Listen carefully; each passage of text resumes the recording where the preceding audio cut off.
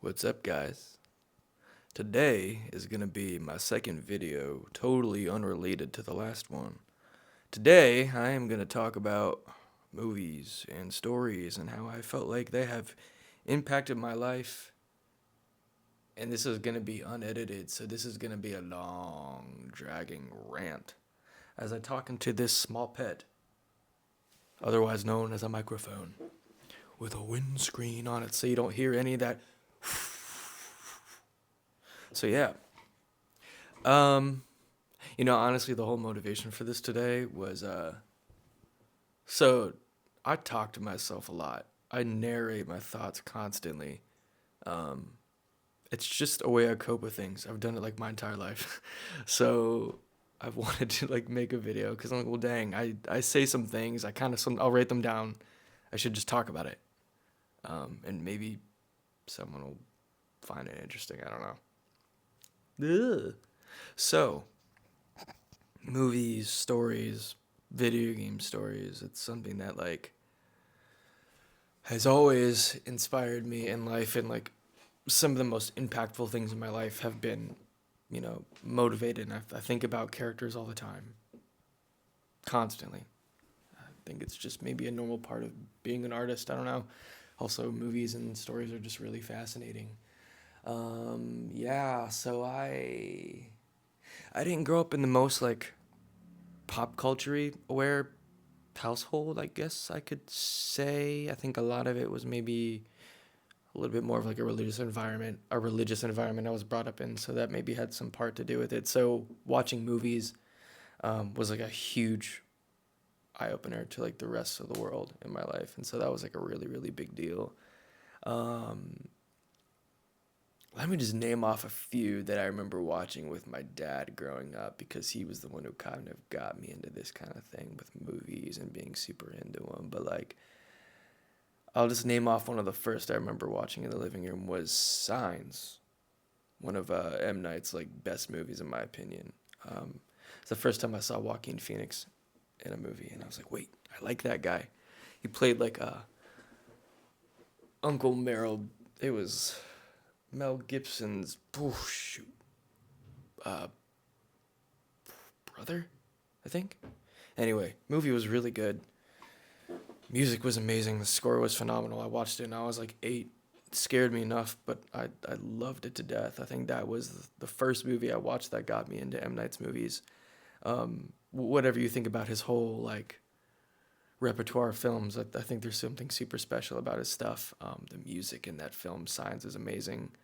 If you haven't seen it, go watch it. It's a very unique take on like extraterrestrials invading human life, and it takes a very like intimate approach to it, and I think it's just so good, honestly.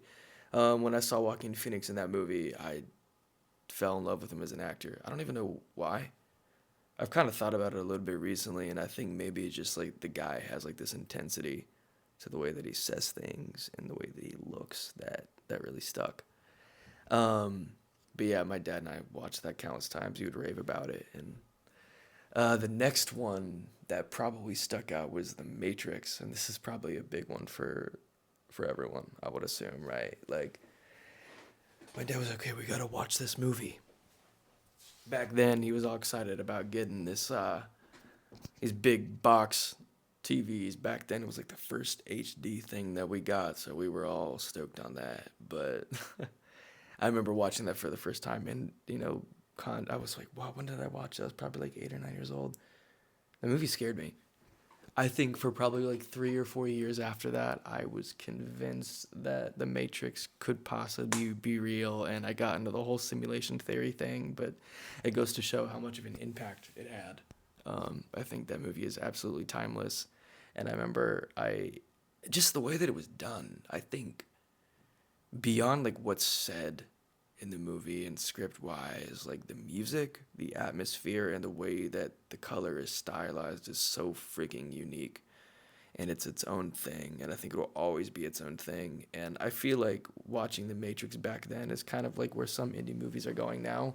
Like, say if The Matrix had come out this day and age, I feel like either Neon or A24 or one of those very like indie supportive companies or franchises would have funded it.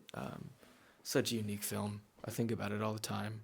Fight sequences are incredible, but just yeah, that atmosphere, and particularly the first one was just really impressive, and it stuck. It knew what it wanted to be, and it ran with it, and there's nothing else like it. I would I always wish I had seen it in the theater when I saw it in the living room with my dad, but I remember asking him like countless times, like, what was it like when you went to the theater for the first time?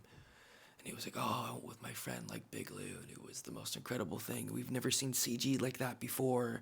The most recent thing to that was maybe like Blade Runner or Star Wars, but this was just like really something else. And they had no idea what they were getting into. The trailers didn't give away too much, and trailers back then in the 90s just didn't really do the film justice, which was good in a lot of ways, right? It doesn't give everything away, but yeah, that's a big one. One I would recommend that I feel like that isn't actually popular is The Count of Monte Cristo. They did a remake a few years back that was a French film, which is also, I need to get around to it, but it looks really nice. But I think there's like 2002, 2003. I'm trying to remember off the top of my head who directed it, but Guy Pearce is in it. The guy who was in Memento, Nolan's movie, which is also really great. But he plays. Ooh, you gotta watch it if you haven't seen it. It's like loosely based off like an older story, but it's in a phenomenal revenge movie. And again, another one I watched that has like stuck with me my entire life. Go watch it. Go watch it. Go watch it. The Count of Monte Cristo. It is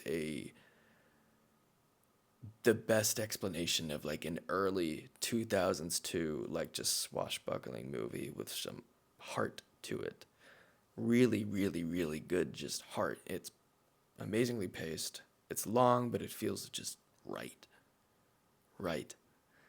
I If I had to choose like my top three, those are probably them. I would say Signs, The Matrix, and then The Count of Monte Cristo. And then there have been tons of films since that I've really enjoyed. But I think maybe what I wanted to talk about more too was like just characters. I found myself, particularly when I was younger, thinking about them a lot outside of the movie. And it's funny. It's a funny like study of the human psychology, and we kind of like study ourselves when we watch a movie. We don't always think about that necessarily, but that's kind of what it is. And it's curious. I find it's funny what they can make us feel.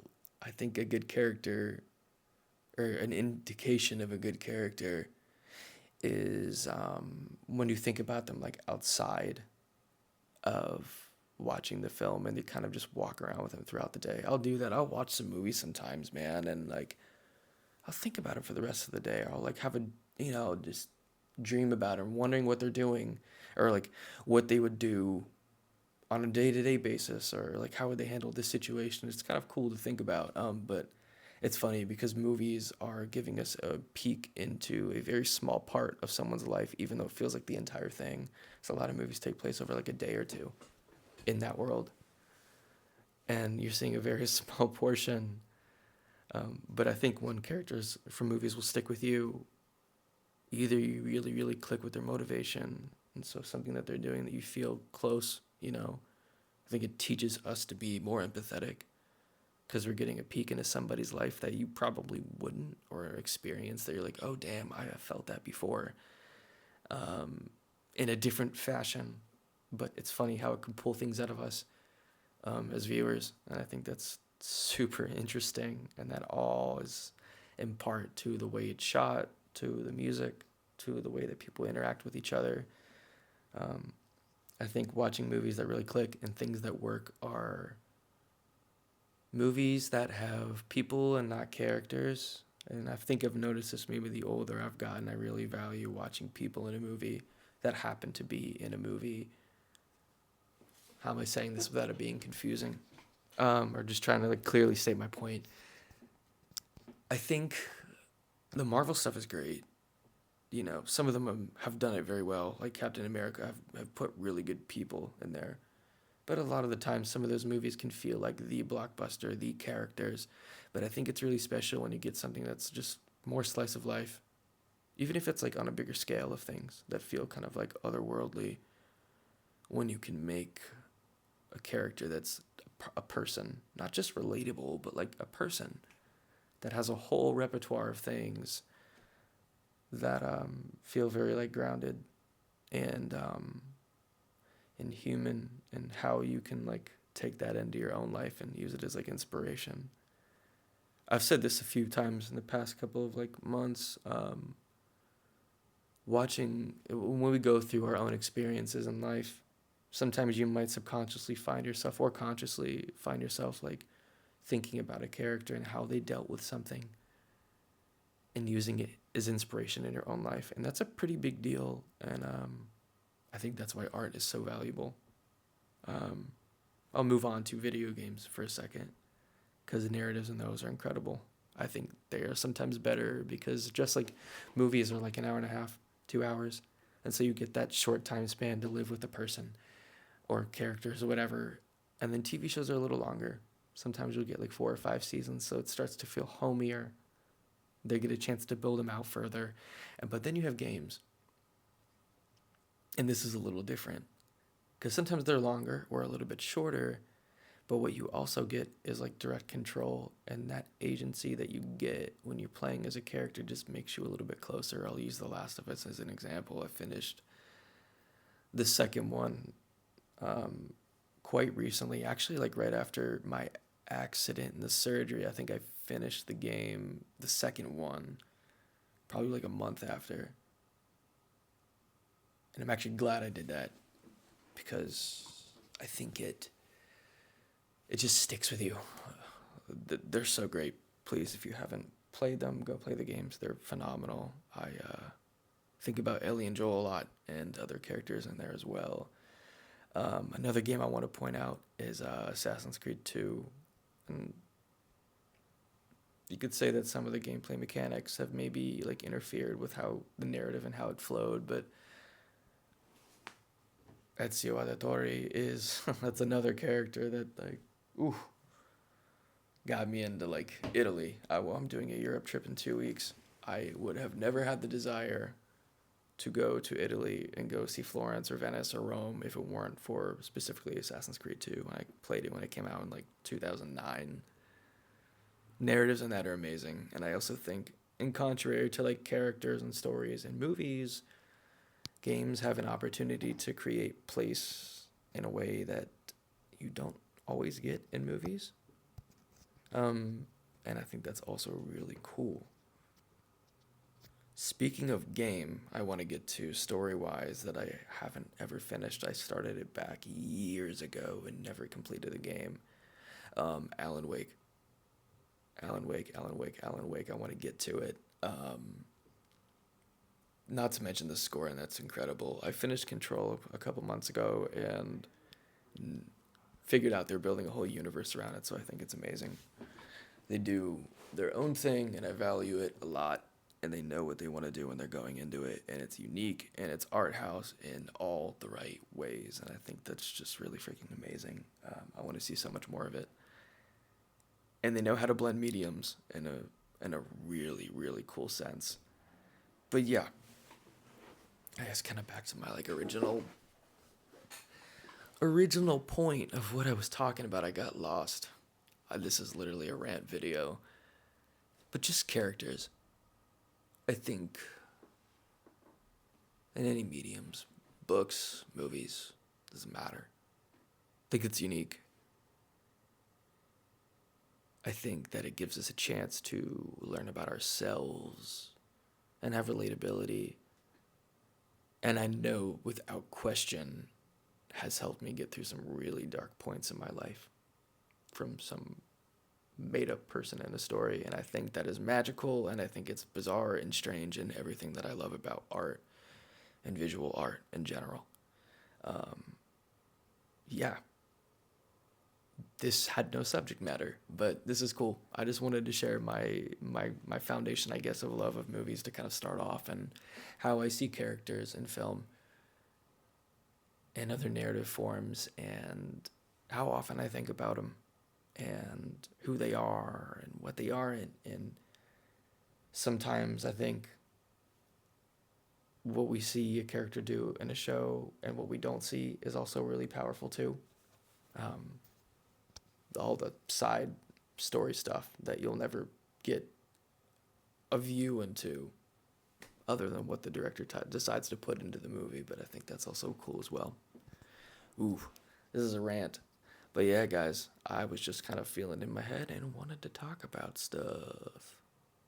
Oh yeah. This is kind of like a very unofficial YouTube channel, honestly. Last video I talked about an accident. Today, I'm just chatting. Just chilling and chatting on the microphone. So yeah. Skadoosh. I gotta make it to 16 minutes. We're 5, 4, 3, 2, 1. Bingo, 16-minute video. If you made it through this, that means a lot. So yeah. Bye guys. Have a great rest of your week.